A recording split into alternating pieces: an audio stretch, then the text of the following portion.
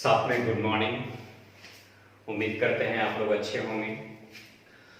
और हम लोग जो है आज फिर से हमारे YouTube channel math with Prince sir के साथ उपस्थित हुए हैं। तो आज जो है हम लोग commercial math part 10 ratio volume 10 की ओर जो है आगे बढ़ेंगे। ठीक है, तो आज जो है दो पार्ट जो है हम लोग सीखेंगे। ठीक है, दो पार्ट सीखेंगे, यानी टाइप नंबर हम लोग का जो है 40 तक समाप्त हो गया था। आज हम लोग लेकर आए हैं टाइप नंबर 41। ठीक है, टाइप नंबर 41 का दो क्वेश्चन आपके सामने दिख रहा है। दोनों क्वेश्चन को हम बनाना सीखेंगे आज। काफी बेहतरीन क्वेश्चन है रेशियो का। ठीक है, यदि ये समझ गए तो समझ लीजिए पूरा रेशियो का आपका क्वेश्चन का समझ आ गया।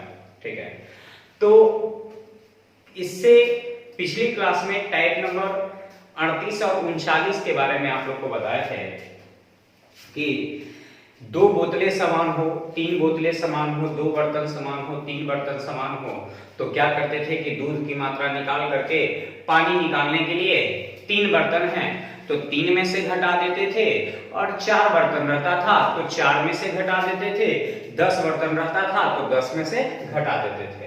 तो यहाँ जो है प्रश्न करा, तीन बर्तन A, B तथा C में रखे मिश्रण में 5:5:8 के अनुपात में है। ठीक है, यानी इस बर्तन की जो क्षमता है वो 5:5:8 के अनुपात में है। यानी मेरे कहने का मतलब इसकी क्षमता 5 लीटर, इसकी क्षमता 5 लीटर, इसकी क्षमता 8 लीटर, यानी क्षमताएं क्या हो गया, अलग अलग हो गया। जबकि इससे पहले वाले प्रश्न में हम लोग पढ़े थे कि क्षमताएं समान नहीं था, क्षमताएं क्या था, अलग अलग, क्षमताएं समान था। इससे पहले वाले में पढ़े थे, और इसमें हम लोग पढ़ रहे हैं कि क्षमताएं समान नहीं हैं। तो जब क्षमताएं समान रहेगा तो इसकी क्षमता से मतलब नहीं रखेंगे, लेकिन जब क्षमताएं समान नहीं रहेगा तो इसकी क्षमता से हमें मतलब रखना पड़ेगा। ठीक है, मेन महत्वपूर्ण पॉइंट यही है कि जब कभी भी बर्तन की क्षमताएं समान कह देगा तो इस क्षमता से हमें कोई मतलब नहीं लेना है। या 1 लीटर लेकर के मिश्रण तैयार किया जाए नया, तो फिर भी जो है क्षमता से मतलब नहीं रखना है। 5-5 लीटर भी लेकर के तैयार किया जाए, ये भी लिखा रहे, तो फिर क्षमता से कोई मतलब नहीं रखना है। क्योंकि 1-1 लीटर, 2-2 लीटर, 3-3 लीटर, 10-10 लीटर का मतलब होता है समान समान, या दो बर्तन की क्षमताएं समान दिया रहे तो पूरी क्षमता से हम मतलब नहीं रखेंगे। लेकिन इस प्रश्न में हमें क्षमता से मतलब रखना पड़ेगा। जैसे मेरे पास तीन बर्तन हैं A, B, C, इनकी क्षमता है 5:8 के अनुपात में। पहला में मिल्क एंड वाटर जो है वो 3:5 में है। दूसरा में मिल्क एंड वाटर जो है वो 7:3 में है। तीसरा में मिल्क एंड वाटर जो है वो 2:3 के अनुपात में है। ठीक है, तो मेरे पास यहाँ क्षमता जो है 5 है, जबकि यहाँ मेरे पास क्षमता 8 है। तो क्षमता की तुलना क्षमता से दूध निकालने के लिए 3 से।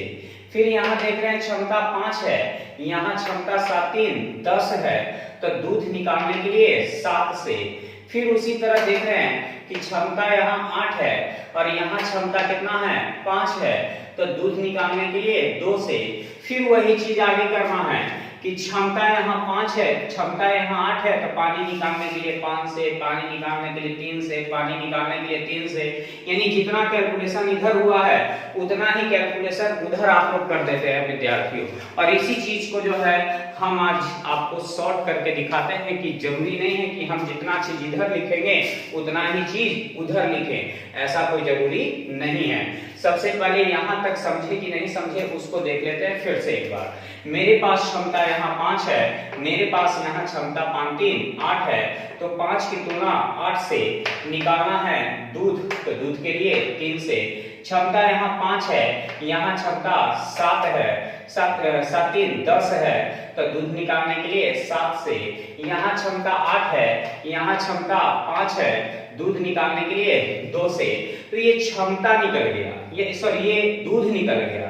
तो जब दूध निकल गया तो पानी निकालने के लिए यहाँ टोटल क्षमता कितना है, तब 5 5 और 5 10 10 और 8 18, तो 18 में से ले जाकर क्या करेंगे, घटा देंगे। जब हमारे पास दूध निकल ही गया है तब पूरी जितनी क्षमता है उसमें से इस दूध को ले जाके घटा देंगे तो बाकी जो बचेगा वो पानी बचेगा। कम से कम ऐसा करने से आपको एक तरफ जो हल करना पड़ता है उतना बड़ा वो तो हल नहीं करना पड़ेगा। तो हर का एलसीएम लेंगे तो आ जाएगा 40, 8 से 5 बार में तब 25 या 75 प्लस 10 से 4 बार में 10 चौका 28 पचे 140, फिर 5 से 8 बार में 80 64 दूनी 128 और अनुपात, ठीक है। यहाँ जोड़िए कितना आता है, तो 8 5 13 के 3, ठीक है, 8 5 13 के 3 यहाँ लिख देते हैं, ठीक है, 8 5 13 के 3, अभी 2 और 4 6 6 और 7 13 13 और हाथ में 1 था तो 14, 1 और 1 2 और 1 3, ठीक है, और बटे कितना 40। अब इसको इससे गुना करेंगे तो 18 चौक 72 720 माइनस 343 बटे 40। अब इसको जोड़ करके आया है 343 अब बटे 40 और इसको घटा करके लाइए तो 10 में से 3 गया था 7, 11 में से 4 गया था 7 और ये 6 में से 3 गया था 3 अब बटे 40। ये 40 से 40 कट जाएगा यानी आपका आंसर हो जाएगा 343 अनुपात 377, यानी आंसर हो गया आपका, ठीक है। यानी ऐसे प्रश्न को हल करने के लिए हम लोग इसी नियम को अपनाएंगे, इससे शॉर्ट कोई नियम नहीं है। सिर्फ याद रखना है कि यहाँ क्षमताएं हैं तो क्षमता यहाँ 5 है, यहाँ क्षमता विद्यार्थियों 8 है, तो दूध निकालना है तो 3 से, यहाँ क्षमता 5 है, यहाँ क्षमता 10 है, दूध निकालना है तो 7 से, यहाँ क्षमता 8 है, यहाँ क्षमता 5 है, दूध निकालने के लिए 2 से, ठीक है। तो ये दूध की मात्रा निकल गया। अब पानी की मात्रा निकालने के लिए क्षमता कै वो है, 8 वो है, यानी 8 और 5 13, 13 और 5 18 है, 18 में से इस दूध को ले जाके घटा देंगे तो पानी की मात्रा निकल जाएगा, यानी अनुपात आपका तैयार हो गया, ठीक है। तो अब हम लोग जो है दूसरे क्वेश्चन की ओर जो है बढ़ते हैं। करा है 3 बर्तन A B C में रखे हैं जिसमें 4:5:6 के अनुपात में दूध और पानी है और इनका अनुपात दिया है। क्या क्षमताएं समान लिखा हुआ है, तो नहीं, क्षमता समान नहीं है। तो मेरे पास जो क्षमता दिया है उससे मतलब रखना पड़ेगा, यानी इसकी क्षमता 4, इसकी क्षमता 5 और इसकी क्षमता 6 है। इसमें जो है दूध और पानी, मिल्क एंड वाटर, यानी 3:5 में है। इसमें जो है मिल्क एंड वाटर 2:3 में है और इसमें जो है मिल्क एंड वाटर 1:2 में है। यहाँ 4 है टोटल, ठीक है, यहाँ टोटल 8 है। दूध निकालने के लिए 3 से, यहाँ टोटल 5 है, यहाँ टोटल 5 है, दूध निकालने के लिए 2 से, यहाँ टोटल 6 है, यहाँ टोटल 3 है, ठीक है। तो दूध निकालने के लिए 1 से, ठीक है। अब इसको ये निकल गया दूध। अब पानी निकालने के लिए आपको क्या करना होगा, 6 और 4 10 और 5 15, 15 में से घटा लेना होगा। तो ये 3 दूनी 6, ये 5 से 5 कैंसिल, 4 से 1 बार में, 4 से 2 बार में, यानी 3/2 का मतलब 1.5, 1.5 और 2 3.5, 3.5 और 2 5.5, यानी 5.5 हो गया। इस 5.5 को ले जाके यहाँ घटा देंगे तो 15 में से 5.5 गया तो कितना बचेगा, 9 बचेगा, ठीक है। दशमलव से दशमलव 5 से 11 बार में, 5 से 19 बार में, यानी आंसर हो जाएगा 11 अनुपात कितना 19 हो जाएगा, ठीक है। ये आपका सॉल्यूशन कंप्लीट हो गया, लिख लीजिए आप लोग।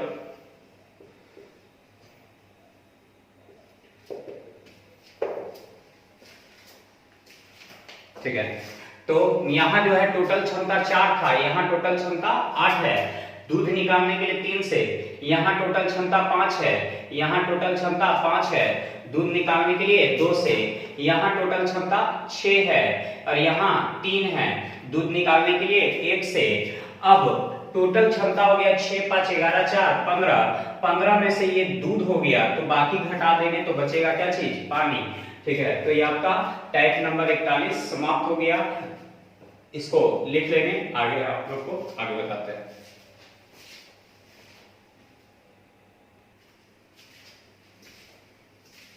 चलिए, तो हम लोग टाइप नंबर 42 की ओर आगे बढ़ते हैं। तो टाइप नंबर 42 में जो है एक टॉपिक का नाम है गाय एवं मुर्गा। गाय एवं मुर्गा पर आधारित प्रश्न। ठीक है, गाय एवं मुर्गा पर आधारित प्रश्न।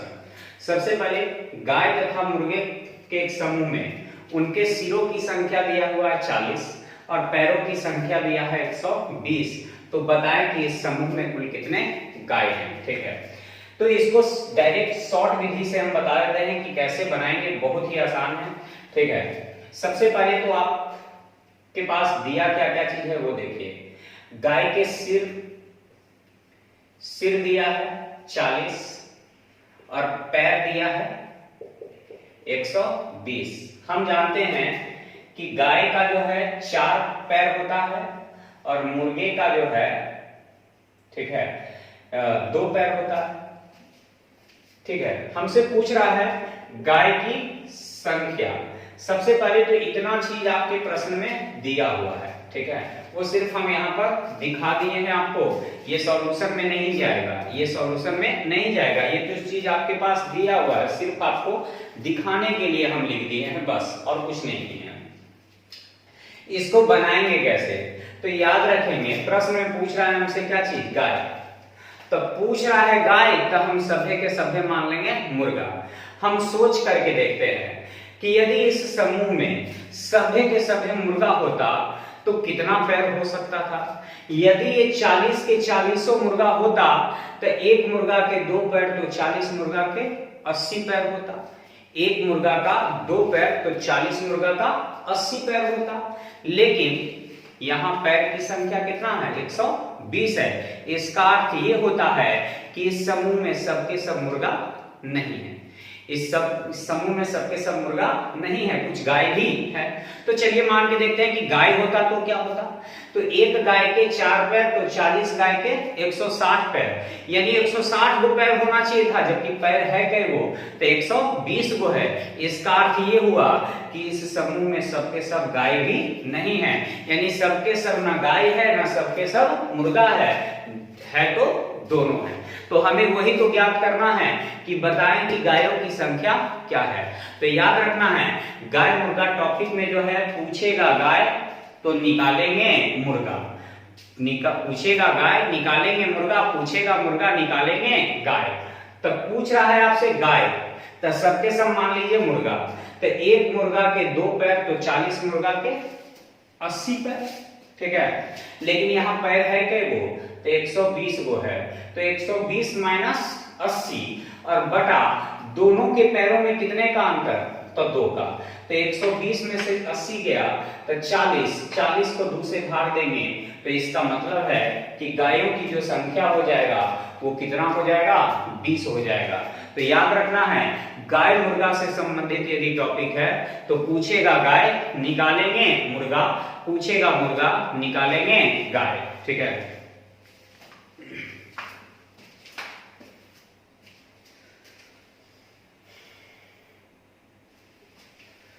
दूसरा क्वेश्चन देखते हैं।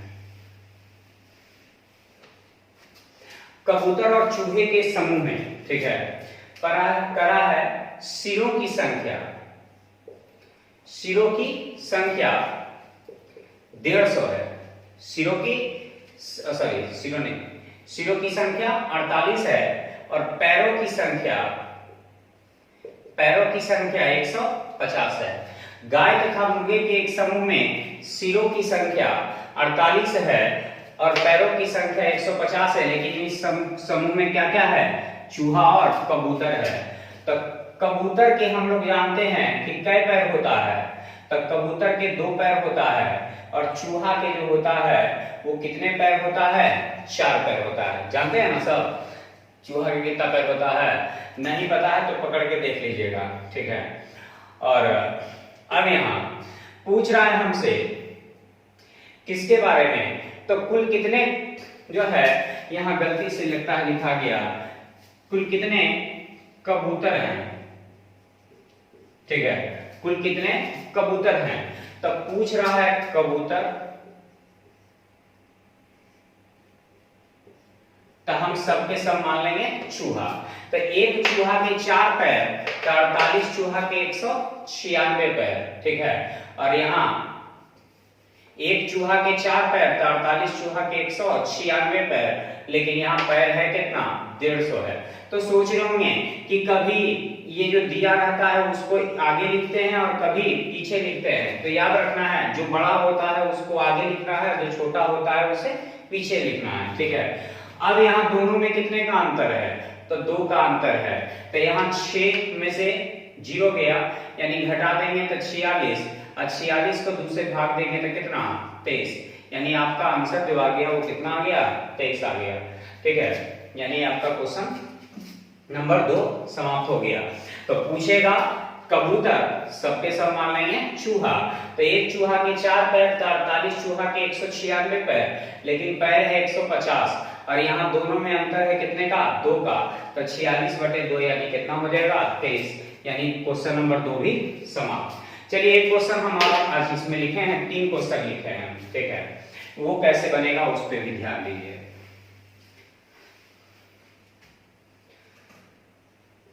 3 नंबर में करा है कि 5 रुपए किलो जो है हम खरीदे आलू, आलू खरीदे 5 रुपए केजी। अब परवल जो खरीदे वो खरीदे 16 रुपए केजी, 16 रुपए है, 12 रुपए केजी, 12 रुपए केजी, ठीक है, 12 रुपए केजी, ठीक है। कुल वजन जो खरीदे वो कुल वजन दिया हुआ है 16 केजी खरीदे, ठीक है। और कुल सब्जी का जो मूल्य खर्च हुआ वो खर्च हुआ कितना? 143। तो इतना चीज आपके प्रश्न में दिया हुआ है विद्यार्थियों, ठीक है, इतना चीज आपके प्रश्न में दिया हुआ है। अब इसको हल करना है। पूछ रहा है उसने कितना आलू खरीदा, ठीक है। सबसे पहले तो बाजार गया, मान लिया कि घर से बच्चे को जो है सामान लाने के लिए बाजार भेजा गया। बाजार में क्या किया? दुकानदार को पूछा कि आलू कैसे है, तो उसने बता दिया 5 रुपए किलो, और परवल कैसे है तो 12 रुपए किलो, ठीक है। तो बोला कि ठीक है, लीजिए 143 रुपया, हमको सब्जी तौल दीजिए, हम उधर से आ रहे हैं, ठीक है। तो उधर से घूम के आ रहे हैं, उधर से घूम करके आया, ठीक है। तो बोला कि मेरा सब्जी तैयार है, तो बोला कि हाँ आपका सब्जी तैयार है। तो बोला कि कितना केजी है, तो बोला कि 16 केजी है। तो 16 केजी सब्जी खरीद के ले आया कै रुपया में? तो 143 रुपया में। तो जब घर पहुंचा तो पूछी माँ कि कितना आलू लाया है बेटा? तो बेटा को कहां से याद रहेगा, बेटा तो पुल पर घूमने गया था, है ना। पूछा बेटा से, माँ पूछी कि बेटा परवल कितना लाया था? तो बेटा को कहां पता है, बेटा तो घूमने लगी गया था, ठीक है। तो अब तो मार खाए के सिवा तो कोई उपाय है नहीं। यदि हाथ में बेलना है तो बेलना से मार खाएगा, नहीं तो जो है झाड़ू है तो झाड़ू से मार खाएगा, है ना, कि तुमको ठग के जो है भेज दिया दुकानदार। तो बेटा जो है चालाक था, है ना, बेटा जो है इस जमाना का था, चालाक था। बेटा ने तुरंत जो है गाय मुर्गा का जो है टॉपिक लगाया और तुरंत बता दिया कि कितना जो है आलू खरीद के लाए हैं और कितना परवल खरीद करके लाए हैं। तो वो कैसे पता चलेगा, तो उसके बारे में हम लोग जानेंगे। कभी भूल से यदि आप लोग को भी ऐसा हो तो जो है उससे बचने के लिए गाय मुर्गा जरूर पढ़ लीजिएगा, ठीक है। तो चलिए हम लोग देखते हैं। तो माँ जैसे पूछी कि बेटा कितना आलू लाया है, हमारे दिमाग में क्या आया कि 16 किलो आलू लाया, 16 किलो वजन आया था। टोटल वजन कितना आया था? 16 किलो आया था। और पूछ रहे हैं माँ आलू के बारे में, तो सभे के सभे मान लेंगे परवल। तो 1 केजी परवल के दाम 12 रुपया, तो 16 केजी परवल के दाम 192 रुपया और माइनस 143 रुपया। अब बटे दोनों में अंतर कितने का? तो 7। ठीक है, दोनों में अंतर कितने का? तो 7 का। तो इसको घटाइएगा तो 49, और 49/7 का मतलब कई केजी आलू खरीदा है। तो जल्दी से बेटा ने बता दिया कि कितना आलू खरीदा। तो आलू खरीदे थे कितना? 7 केजी। फिर मां पूछी कि परवल कितना खरीदा। तो परवल तो इसमें बता देगा बेटा कि जो है 16 केजी में से 7 केजी जो है खरीदे थे, तो बाकी 9 केजी क्या खरीदे थे? परवल। लेकिन चलिए हम बना करके निकालते हैं, ठीक है। तो पूछ रहा है अभी परवल, तो सबके सब मान लेंगे आलू। तो 16 पचे 80 रुपया खर्चा होता, लेकिन यहाँ खर्चा हुआ 143। दोनों में अंतर, अब बटे यहाँ दोनों में अंतर कितने का? 7 का। घटाएंगे तो 63, 63/7 का मतलब कई केजी? तो 9 केजी। तो देखिए तो 7 केजी आलू और 9 केजी परवल, दोनों को जोड़ करके 16 केजी हो गया क्या? यानी गलती से कभी ऐसा आप लोग के साथ हो तो आप इस विधि का इस्तेमाल करके जो है आप बना सकते हैं, है ना। तो आज आप लोग का क्वेश्चन टाइप नंबर 42 समाप्त हो गया, है ना। इसको लिख लीजिए।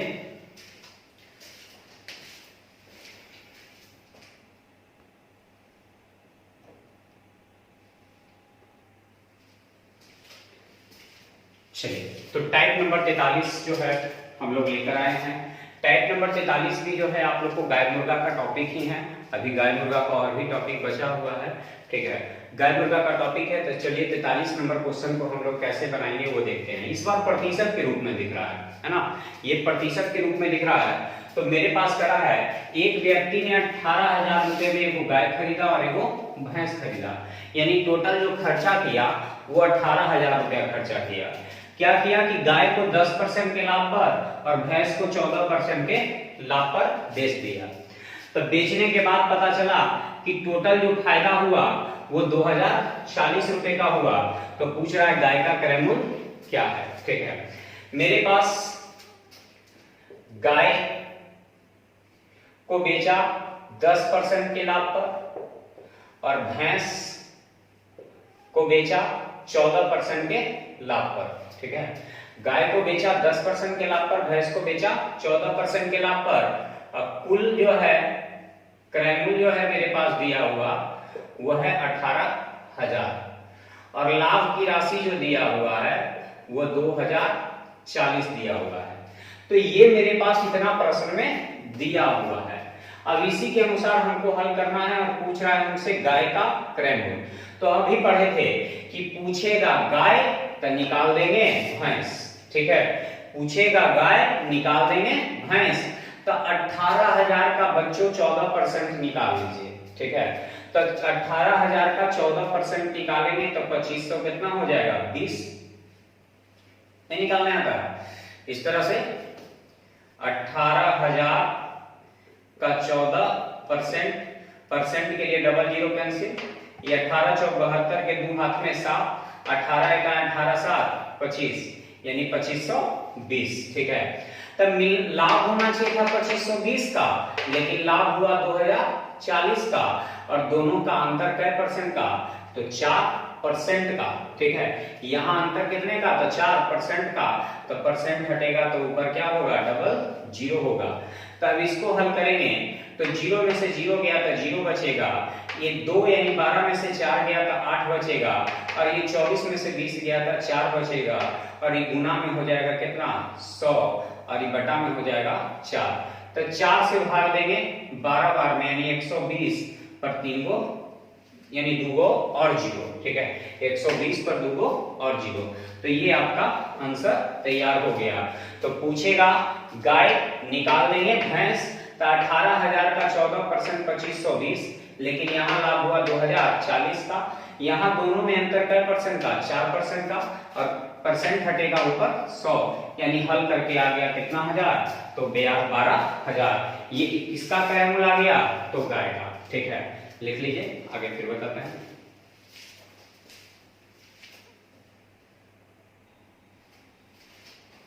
चलिए, क्वेश्चन नंबर